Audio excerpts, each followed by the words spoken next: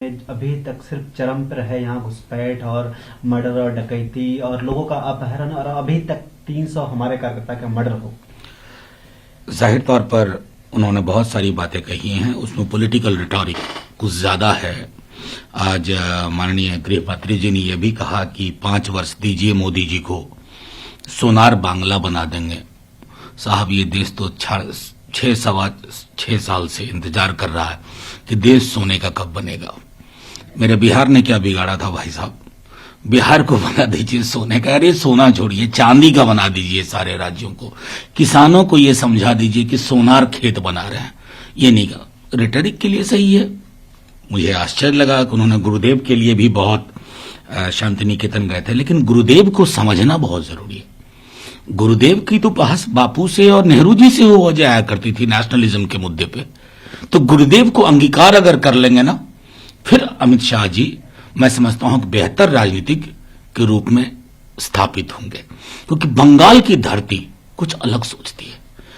मैंने बार बार कहा है, कोई भी दल हो, बंगाल में चुनाव लड़िए, बंगाल से मत लड़िए। बंगाल ने बहुत भुगता है 46-47 में। उस दौर में भगवान के लिए बंगाल को वापस मत ले जाइए।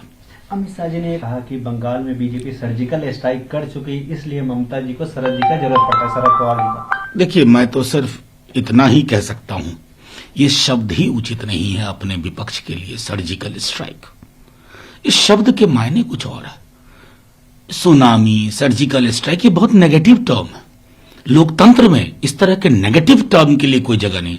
अरे पार्टियां आती हैं जाती हैं, चुनाव जीते जाते हैं, हारे जाते हैं। खुद भाजपा 2 सीट पे सिमट गई थी। अब क्या कहें, कांग्रेस ने सर्जिकल स्ट्राइक कर दी थी उन पे ना। ये लोकतंत्र की भाषा नहीं है। हम में से कोई भी दल हो, हम अगर इस मुल्क को, इसके अलग अलग सूबे को स्वस्थ लोकतंत्र देना चाहते हैं ना, तो हमें अपनी जुबान बदलनी होगी, अपने तौर तरीके बदलने होंगे। सर, किसान है देश भर में जगह जगह, उसमें अभी तक 20 से 25 लोग की मौत हो चुकी। उनको आज किसान आंदोलन कर रहे हैं, लोगों ने श्रद्धांजलि दी जहां जहां गांव और हर जगह जहां प्रोटेस्ट चल रहा है। मुझे तो इच्छा थी कि प्रधानमंत्री जी भी श्रद्धांजलि देते।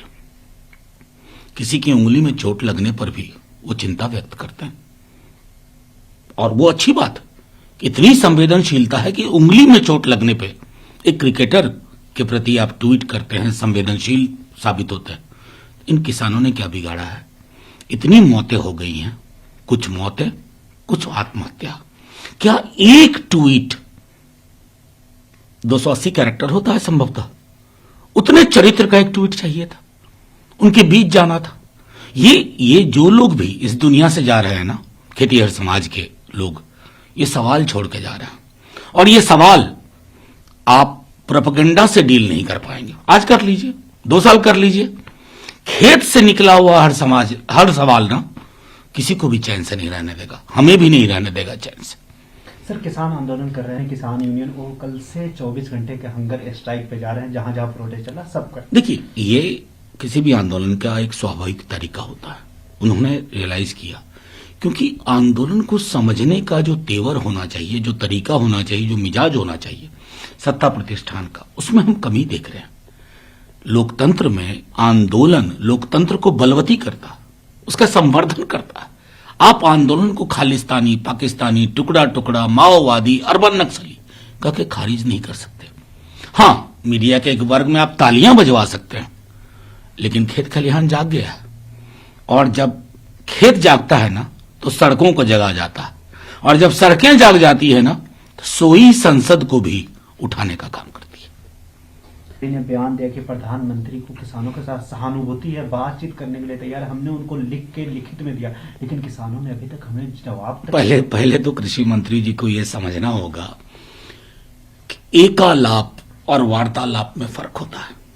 आप एकालाप करते हैं, खुद को सामने रख करके, आईने के सामने खड़े होकर के एकालाप करते हैं। हिंदुस्तान की जमहूरियत को, यहां के खेतीहर समाज को, किसानों को वार्तालाप चाहिए, एकालाप नहीं चाहिए। जिस दिन ये फर्क तोमर साहब को समझ में आ जाएगा, या उनके वरिष्ठ नेताओं को समझ में आ जाएगा, इस आंदोलन के चरित्र को, चाल को, चेहरे को भी समझेंगे और रिजॉल्व हो जाएगा। सर, एक आखिरी सवाल। तमिलनाडु में चुनाव अभियान की शुरुआत कर दी है, उन्होंने सेट किया है कि मिशन 200। देखिए, हमारी सहयोगी दल है और परिवर्तन की एक बयार है। हम उनको शुभकामनाएं देते हैं और अपेक्षा है कि तमिलनाडु की राजनीति में जो ऊहापोह रहा है उसका वो खात्मा